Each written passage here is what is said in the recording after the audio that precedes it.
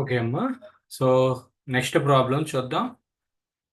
A uniform ring of diameter 1 metre.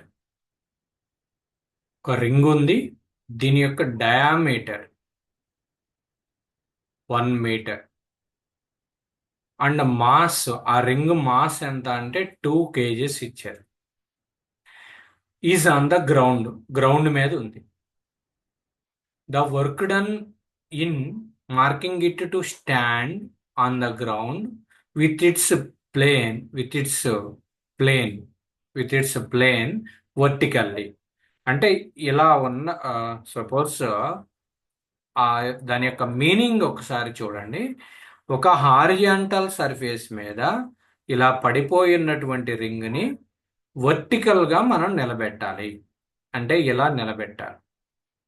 ఇలా నిలబెట్టడానికి వర్టికల్గా పైకి లేపటే, సపోజ్ ఇదే మీకు రింగ్ అనుకుంటే, ఈ రింగ్ ఇలా హారిజాంటల్గా ఉంది, దీన్ని వర్టికల్గా నిలబెట్టాలంటే ఇలా నిలబెట్టాలి.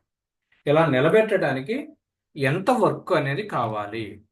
ఏ uniform ring of diameter 1 metre and mass 2 kgs on the ground. The work done in the marking it to stand on the ground with its plane vertically. So సింపుల్గా మీకు ఇక్కడ mass of the body is given 2 kgs. Diameter of the ring వచ్చేసరికి 1 metre.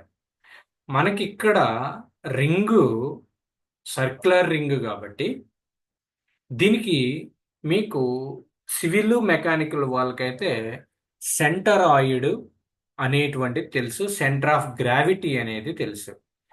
సెంటరాయిడ్ are centre of gravity అంటే, centroid అంటే that centroid. Centroid అంటే ఏంటి అంటే the point at which the total area will be concentrated. ఇప్పుడు సర్కిల్ ఉందనుకోండి, దీనికి centroid ఏమవుతుందంటే సెంటర్ పాయింటే అవుతుంది. అదే మీకు ఒక స్క్వేర్ కానీ రెక్టాంగిల్ కానీ ఉందనుకోండి, ఈ రెండిటి యొక్క డయాగ్నల్స్ ఉంటాయి కదా, ఈ డయాగ్నల్స్ ఎక్కడైతే ఇంటర్సెక్ట్ అవుతాయో ఆ ఇంటర్సెక్ట్ అయినటువంటి పాయింట్ని సెంట్రాయిడ్ అంటారు. అంటే అది ఒక ప్లేన్ తీసుకుంటే, అదే ఒక బాడీ తీసుకున్నాం అనుకోండి, ఒక సర్క్యులర్ బాడీ తీసుకున్నాం అనుకోండి, దానికి ఏముంటుందంటే సెంటర్ ఆఫ్ గ్రావిటీ ఉంటుంది. సెంటర్ ఆఫ్ గ్రావిటీ రెండిటికి చాలా డిఫరెన్స్ ఉంటుందమ్మా. సెంట్రాయిడ్ వచ్చేసరికి just we're focusing on the area of the body.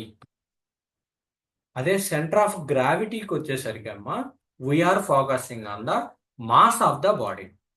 Centre of gravity అనేది ఏంటి అంటే మాస్ ఆఫ్ ద బాడీ మీద డిపెండ్ అవుతుంది అనమాట. సో ఈ బాడీ యొక్క టోటల్ మాస్ ఎక్కడ కాన్సన్ట్రేట్ అయి ఉంటుంది? సెంటర్లో కాన్సన్ట్రేట్ అయి ఉంటుంది. సో ఇక్కడికి, సో ఇక్కడ వరకు ఉన్నది ఏంటిది? రేడియస్ అనమాట. సో మన యొక్క work done formula is nothing but you have to take it as the potential energy. So potential energy equal to MGH అనమాట. Okay, potential energy equal to MGH. So MG into height వచ్చేసరికి total diameter తీసుకోకూడదు, radius తీసుకోవాలి. ఎందుకంటే centre point దగ్గర mass concentrate అయి ఉంటుంది కాబట్టి. So mass of the body 2 kgs, gravity 10, RC వచ్చేసరికి radius equal to diameter by 2 కాబట్టి 0.5 మీటర్స్ అవుతుంది. Okay, so 0.5 metres. సో 0.5.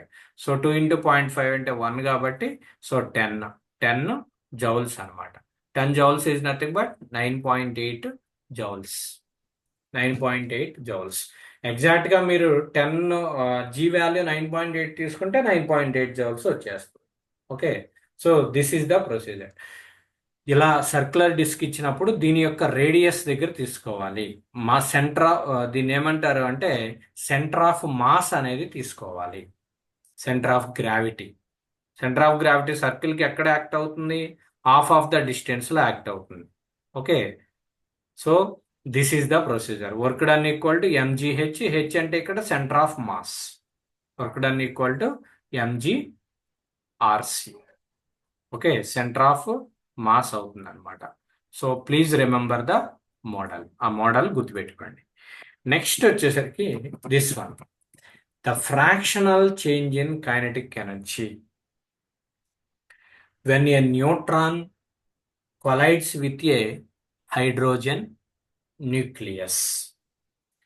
ఇది మీకు కెమిస్ట్రీ రిలేటెడ్ ప్లస్ మన యొక్క ఫిజిక్స్కి సంబంధం కూడా ఉంటుంది. ఇక్కడ ఏం ఫైండ్ అవుట్ చేయమన్నారు? The fractional change in kinetic energy. మీరు నోట్ చేసుకోండి, fractional change in kinetic energy అంటే fractional change in kinetic energy calculate చేయమంటే change in kinetic energy by initial kinetic energy. Change in kinetic energy అంటే final kinetic energy minus initial kinetic energy by initial kinetic energy అంటే same KEI. So this is the fractional change in kinetic energy. Please note down this relation. Fractional change in kinetic energy equal to change in kinetic energy by initial kinetic energy.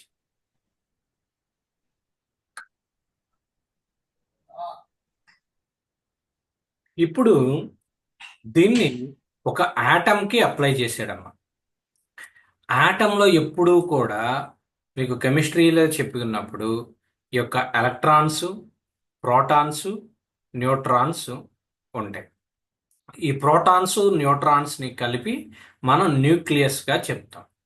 ఇక్కడ ఏమన్నాడు? The fractional change in kinetic energy when neutrons collides with hydrogen nucleus. Okay, hydrogen nucleus. So ఇక్కడ మీకు చూసినట్లయితే fractional change in kinetic energy అంటే formula fractional change in kinetic energy. Formula రాసుకోండి. Fractional change in kinetic energy will be equal to final kinetic energy minus initial kinetic energy by initial kinetic energy. ఇక్కడ hydrogen న్యూక్లియస్ని ఎప్పుడైతే collide అయినాయో అప్పుడు final kinetic energy will be equal to 0. So కాబట్టి ఏమవుతుంది? Kinetic energy final is 0 minus kinetic energy initial by kinetic energy initial. So ఇక్కడ 0 minus కాబట్టి minus minus minus KE by KE ఏమవుతుంది? -1 అవుతుంది. So fractional change in kinetic energy will be equal to -1. -1 ఎక్కడన్నా ఉందా option? లేదు కాబట్టి none of these అవుతుంది. So -1 is the correct answer. Okay, when neutron collides with hydrogen nucleus then the final kinetic energy will be equal to 0. ఆ point కూడా note చేసుకోండి. When neutron collides with hydrogen nucleus, then final kinetic energy will be equal to 0. Final kinetic energy will be equal to 0. So these are the questions involved in our last practice session. Okay. ఇది ఇంకొక question ఉంది, అది I think 18th. అది next క్లాస్లో కొన్ని problems solve చేసిన తర్వాత దాని గురించి మనం డిస్కస్ చేద్దాం. ఎందుకంటే డైరెక్ట్గా వెళ్ళినా కూడా అది కొంచెం డిఫికల్ట్గా మీరు ఫీల్ అవుతారు. సో కొంత ప్రాక్టీస్ అయిన తర్వాత అది నేర్చుకుందాం. Don't worry about this one. Okay, if you have any doubt, ఈరోజు క్లాస్లో ఏదైనా